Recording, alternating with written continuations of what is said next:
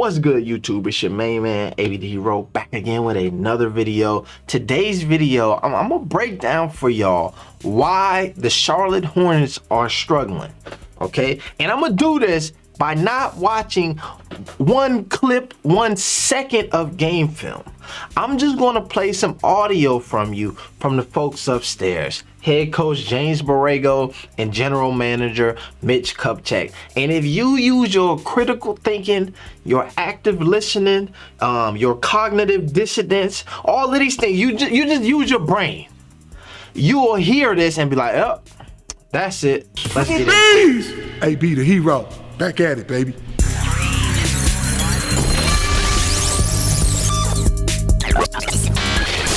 First things first, I appreciate all of y'all for tapping in with the channel, getting physical with the like button. It's always much appreciated. Now, let's get straight into this one.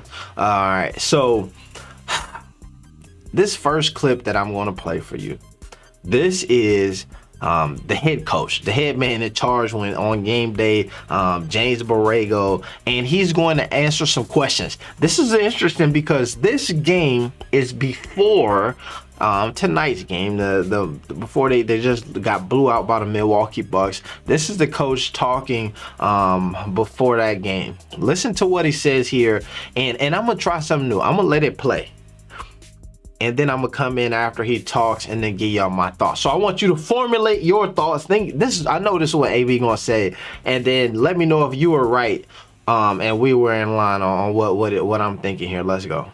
Just defensively, I think we often think about like how like a rim protector can change what you're gonna do defensively, but like how does someone so good on the point of attack kind of change what you do, or maybe it doesn't? You just have to do it. No, I think there is. I think there's a couple players throughout, the league currently, and as I think back, historically with my time in the NBA, that really can impact the game on the ball. They're so disruptive. Drew's one of those guys. Even you can look back to Avery Bradley in his prime, where he could, come out and just hawk the ball and turn you over a couple times. You had to account for him.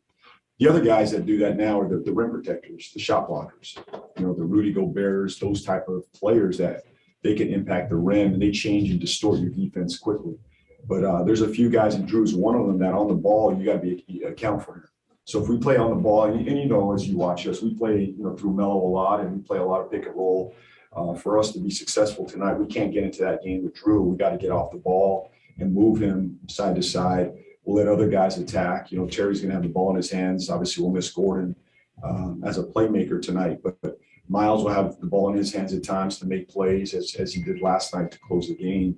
But this is just great growth for Melo right here. Drew's going to test him, from minute 1 to the final second. He's going to really test Melo. I thought Melo was really well last time against him. This is another growth opportunity for Melo on the ball. Coach, speaking of your offense.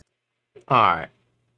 So I think on the surface, if you listen to that, that sounds innocent, right? It doesn't sound like there's much there, right? But I think he breaks down a few different things why this team struggles, right? And one of the number one things that I hear him talk about, I played football back in the day, right? And they would talk about teams, and they would say, if you got a team with 2 quarterbacks, you got a team with 0 quarterbacks. What does that mean, right? So sometimes there's a quarterback controversy. You've got a guy who maybe throws the ball really well, a guy who runs the ball really well, and the coach don't know what to do. I don't know which way we want to go. I don't know if we want to be a running team. I don't know if we want to be a pass team. So you know what? We're going to play 2 quarterbacks. And what happens is the game get out of control because shit, this guy thinks he's supposed to get 62 snaps, but the other guy hot. But shoot, we most effective when we run this play, but we can't run this play because this dude is in the game. And then you end up having no quarterback. You end up having nobody in charge. When I listen to him talk and he says, oh, we got a bunch of playmakers. Plumlee gonna have the ball. Miles gonna have the ball. Terry gonna have the ball. You got no quarterback. You don't got no leader. You don't got nobody who's coming down here and who's going to set things up and make it happen. If you have 2 quarterbacks, you got 0 quarterbacks. If you got 7 playmakers, you got 0 playmakers. You go up and you look at the Chicago Bulls.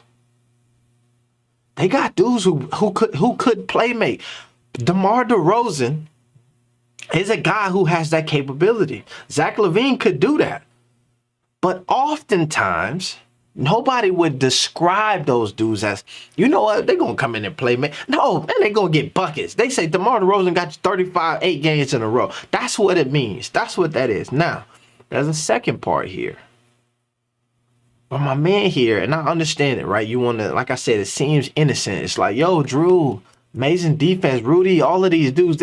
He goes on to name all of these guys who can affect the game on the defensive end, but you don't hear him name not one of his own players.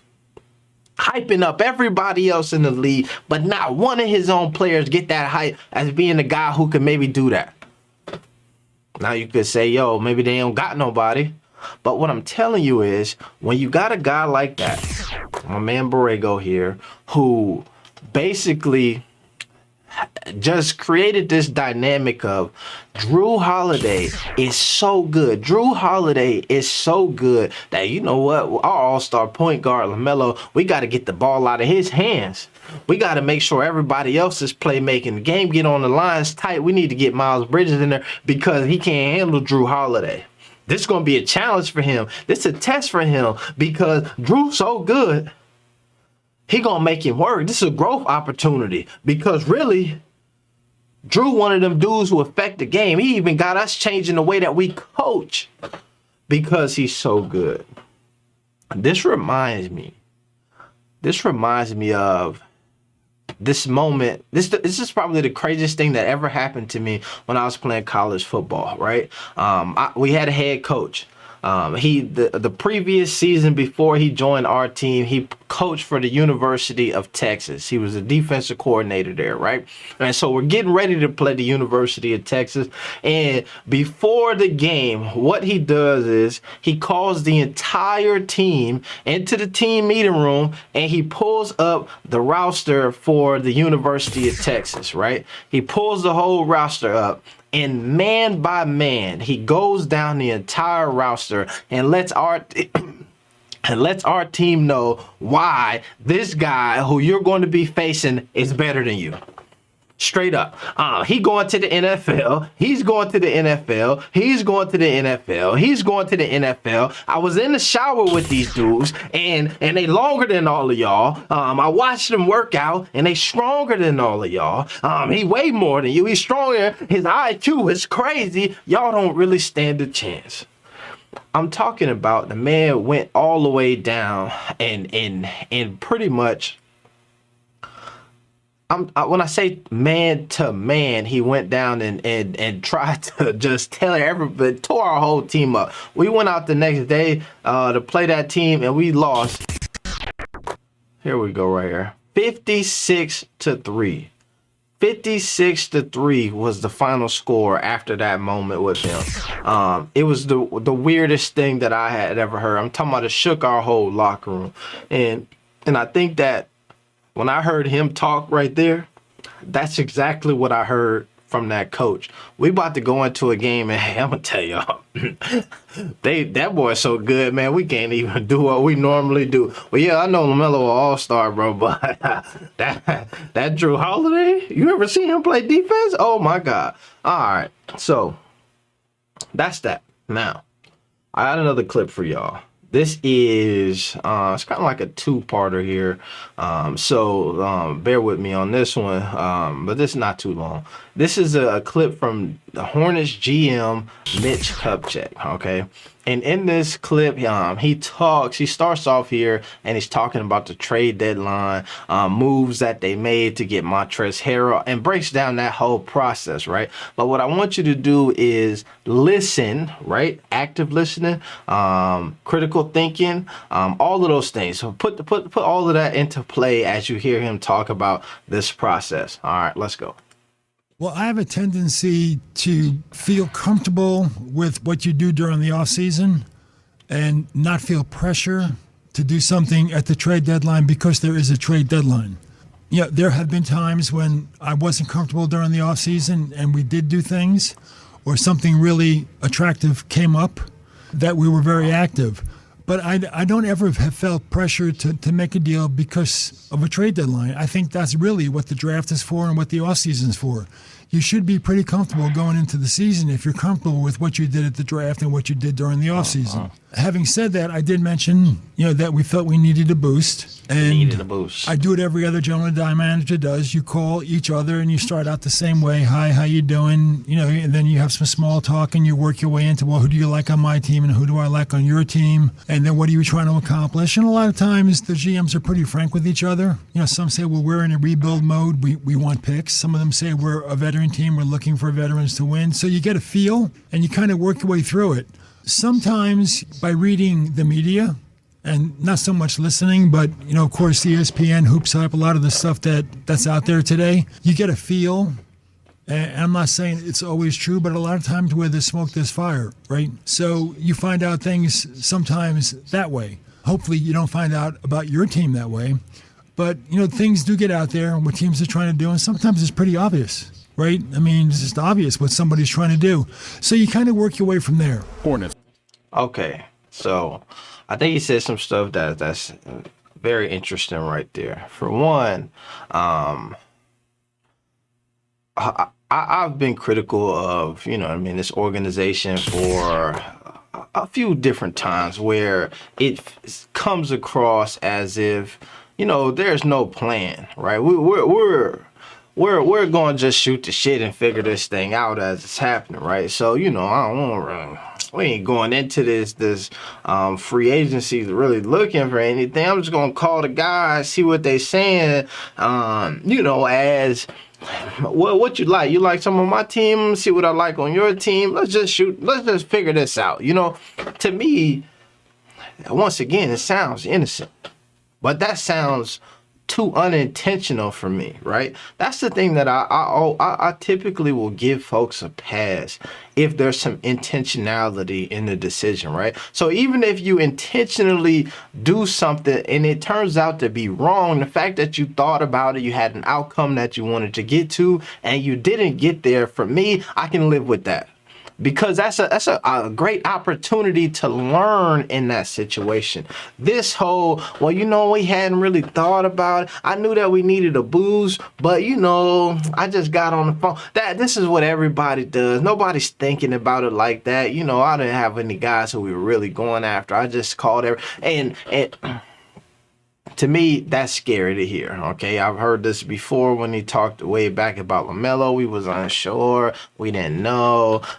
He's just played better than us. We wouldn't even expected that he could be what he is today. All of that stuff, it worries me, all right? But then I get to this place where he acknowledges a very key thing. A key thing that I don't think that most people believe, that guys on that level, GMs, the head coaches and all of that stuff, they listen to or even care about. And he says the media. The media begins to dictate some of the calls that you make, some of the options that might be available, right? The media begins to break down for you, give you some insight on maybe some of the issues that some of these other teams are having. And then he says something key, and he says, and you hope that you don't get that from your own squad. And I ask you to go back and look at some of the recent media from this Hornets team. Think about before the All-Star break and what that media looked like and how much conversation we were hearing about the locker room. All right. If you're here, you don't need me to pull up no article because you already know, you read it. It's turmoil. It's drama. Things are not what they seem. When you ask the question, why are the Hornets playing so bad? He's telling you, go ahead and read it in your local newspaper, and they're telling you what's so bad. Your chemistry is off. Everything you got going in your locker room is trash-amundo. Let's get into this. Fans, it's time to get some. He continues to work He remains work. We're hoping it's good for the city of. I mean, it's really want to make. well. Clearly, it's a good thing. Franchise affect things for you. Let me Being see. in that kind of company is rare for I'm trying to, let's get to the start of this clip here. one of the 4 youngest players ever to be a part of it, Come joining a on, list that man. had at long last LaMelo Ball participating in Here his we go. first All-Star weekend. He would have done it last year had there been a Rising Stars game, but he's not just in that, he's in the game itself, and one of the 4 youngest players ever to be a part of it, joining a list that has Kobe Bryant, Magic Johnson, and LeBron James. Being in that kind of company is rare for anything in the NBA. How does that accomplishment for him as one of the centerpieces of this franchise affect things for you moving forward long term, some of the moves you may want to make? Well, clearly, it's a good thing. I mean, it's really, good for the franchise. It's good for the city of Charlotte that we've got an all-star. We're hopeful that he continues to work. He remains a good teammate. He stays humble. And if he does, he should be in the all-star game for many, many years to come. I've seen it go both ways. I've seen players get very comfortable with success and they level off and they lose interest. And I've seen some players with success get hungrier and build on the season before, and they just get better and better and better. So it kind of goes both ways. If he's going to work, if he remains a good teammate, his teammates love him, he walks with a bounce in his step. If you're open, he'll get you the ball. He can score, but I think what makes him most appealing to teammates is that he's a willing passer, okay? And then, of course, staying humble, right? I think that goes a long way as well. You've talked about how his addition accelerates. Okay. Let's break that here because he's finna keep going and we got to get in here. I think what was most interesting about that to me is there's so many ifs.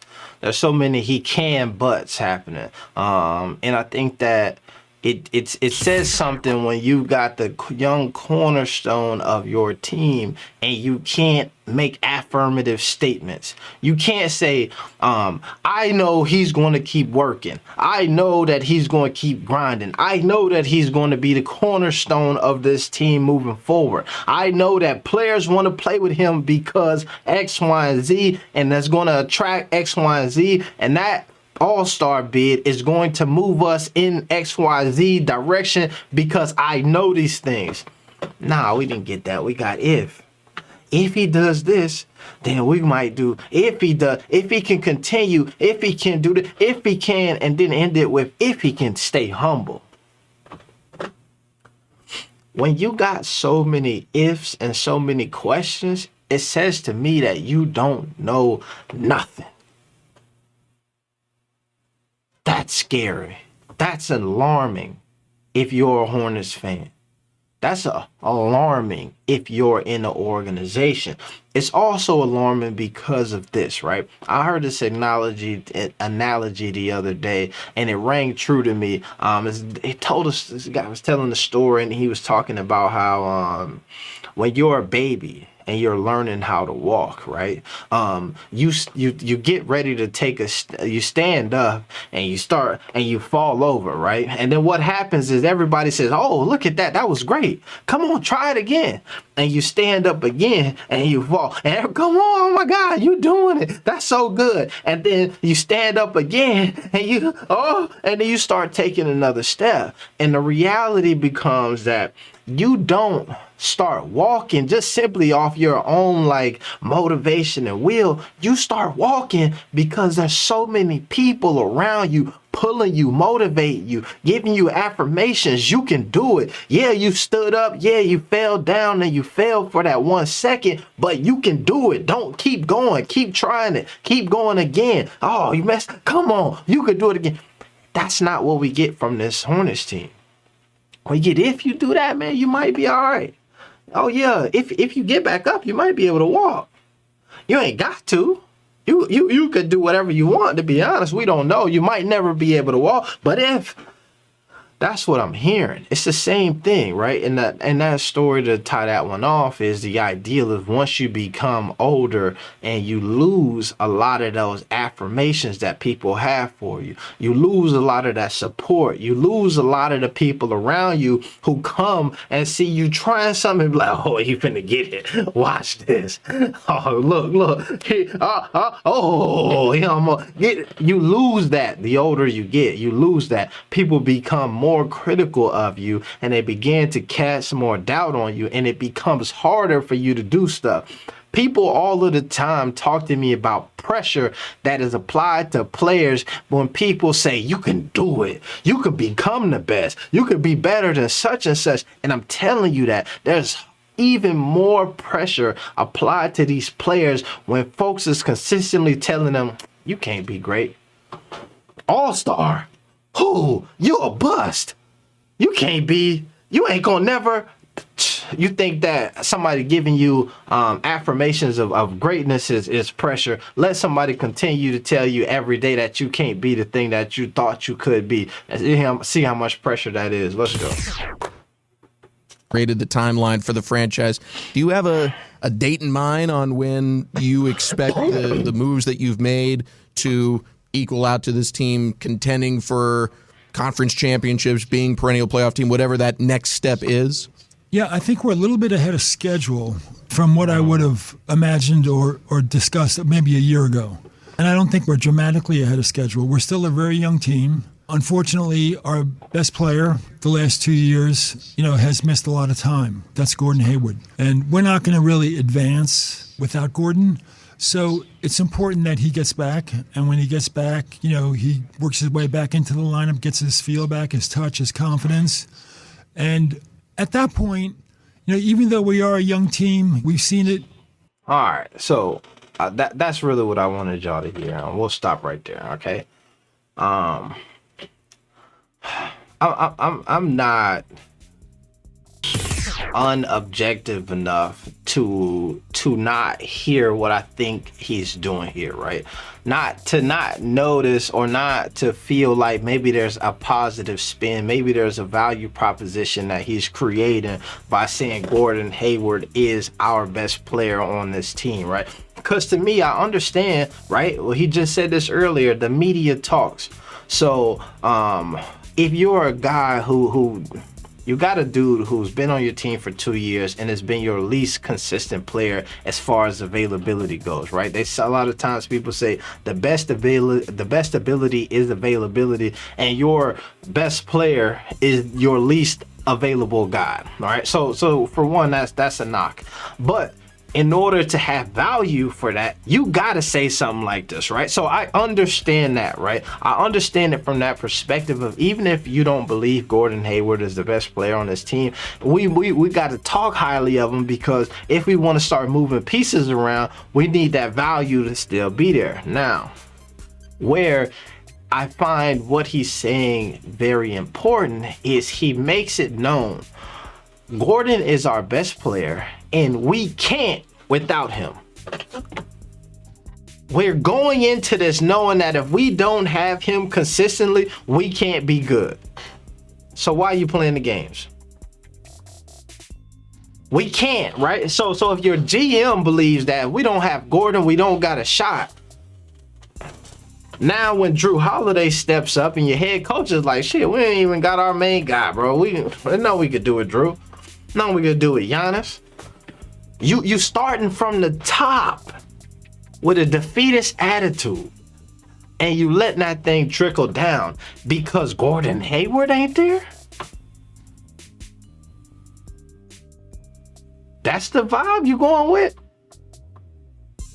And to me, this is why your Charlotte Hornets are struggling right now. This is why your Charlotte Hornets are struggling right now. Defeatist attitude, defeatist attitude, defeatist attitude. In all of these different clips, you haven't heard folks championing their own players. You haven't heard folks saying decisively, this is This is what we're gonna do. This is what makes us great. This is what this, if, maybe, you know, we got all of these guys. If they take, we could do. Come on, man. Let me know if that's synced up with what you thought I was gonna go with in this video, and tap in with me in the comment section below. Y'all know that the channel, we've been really doing some numbers as of late, subscribers going up and all of that stuff. Check out that. We finna get up out of here. Hero. No, not peace. +1, triple B's. We out.